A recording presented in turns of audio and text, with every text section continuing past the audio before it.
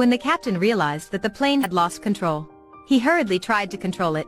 But no matter how hard he tried, he couldn't touch the joystick. Confused, he went into the cabin. The stewardess was dead and lied on the floor. What's worse, the entire airplane cabin had now become a refrigerator. All the passengers were also frozen. Everyone including the captain was already dead. And the plane from Africa to America was still flying without being controlled. However, Melinda, who's in a place very far from the plane, can hear the loud bang of that plane. Since she was a child, Melinda has had the ability to communicate with the dead. She also can predict the oncoming dangers. Melinda feels the danger more and more clearly. But she doesn't know what it is. Right at this moment, on the other side of the road, a man stretches out his arms and jumps down from the top of the building. But when she runs there to check, there isn't anyone. Melinda knows that this spirit needs her help. At night, he appears in Melinda's house. But he disappears without saying anything. Perhaps it's because he's a new spirit and can't control himself. He can hardly discriminate between life and death, only until the spirit turns up again. That Melinda discovers that he's a captain. But there's no other important information than his name on the uniform. Melinda hurriedly searches on the internet for recent flights that haven't landed yet. But she can't find anything. When she's at her wit's end, the captain appears again on the opposite building. This time, he finally talks to her. Melinda immediately asks him if there's any airplane crash. He says that the plane hasn't landed yet, and they're still flying. Melinda realizes the seriousness of the matter, so she rushes home. However, she doesn't know which airline the plane belongs to. So Melinda has to call to each of the airlines. She even calls the Civil Aviation Authority to report the situation. But before she can do anything, from outside, a loud bang resounds. This time it isn't Melinda's delusion anymore, everyone can hear that. Melinda rushes out, only to see an airplane flying past her, which lands not far from her house. Before Melinda can calm down, she sees a shocking scene. A group of frozen people suddenly appears on the street. They are pale and their eyes are full of confusion. However, the people around can't see them. 10 minutes ago, an airplane crashed somewhere near Melinda's place. All the passengers on the plane were dead. But they all became frozen spirits. They want to find out what had happened to them. Under the guidance of the stewardess, they came to find Melinda, a woman having the ability to talk with spirits. I know you can see us.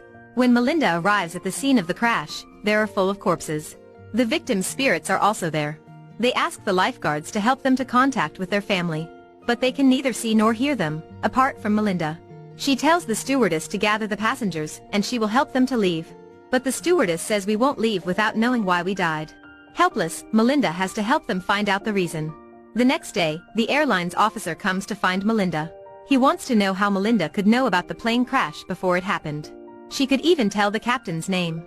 Melinda finds it very difficult to explain. So she admits being able to communicate with spirits. But obviously, the officer doesn't believe it. However, through the captain, Melinda gives the officer some more important information. After that, the officer starts to believe her. The deceased captain tells Melinda that the problem might come from a valve. Melinda spends a day searching for the valve, but still can't find it. She wants to talk to the victims' spirits. So Melinda goes to the hall where the victims' family are waiting. At this place, the spirits gather around their family. Even though they're standing right in front of their families, the victims can't do anything. After seeing this, Melinda wants to help them say the last goodbye to their family. I hope that you know this. The victims can feel your love to them, I believe so. I can feel their existence, they're here, by your side.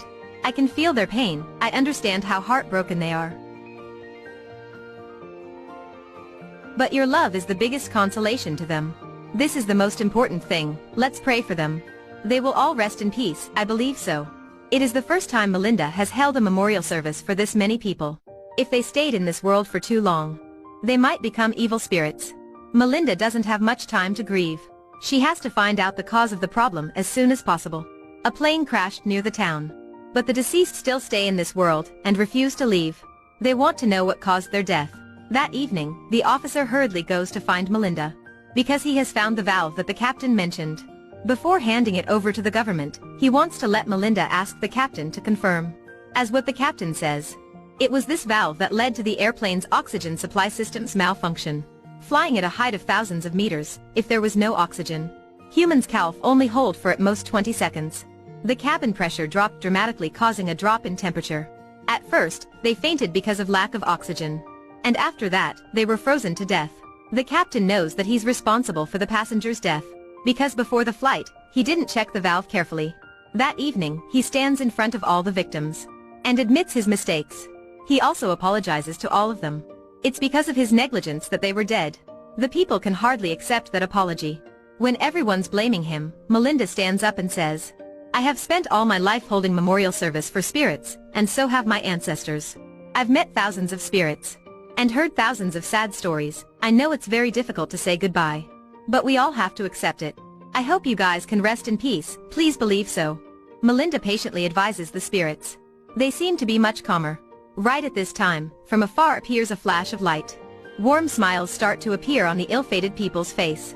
They seem to be enjoying their last moments in this world. Melinda then says it'll be okay.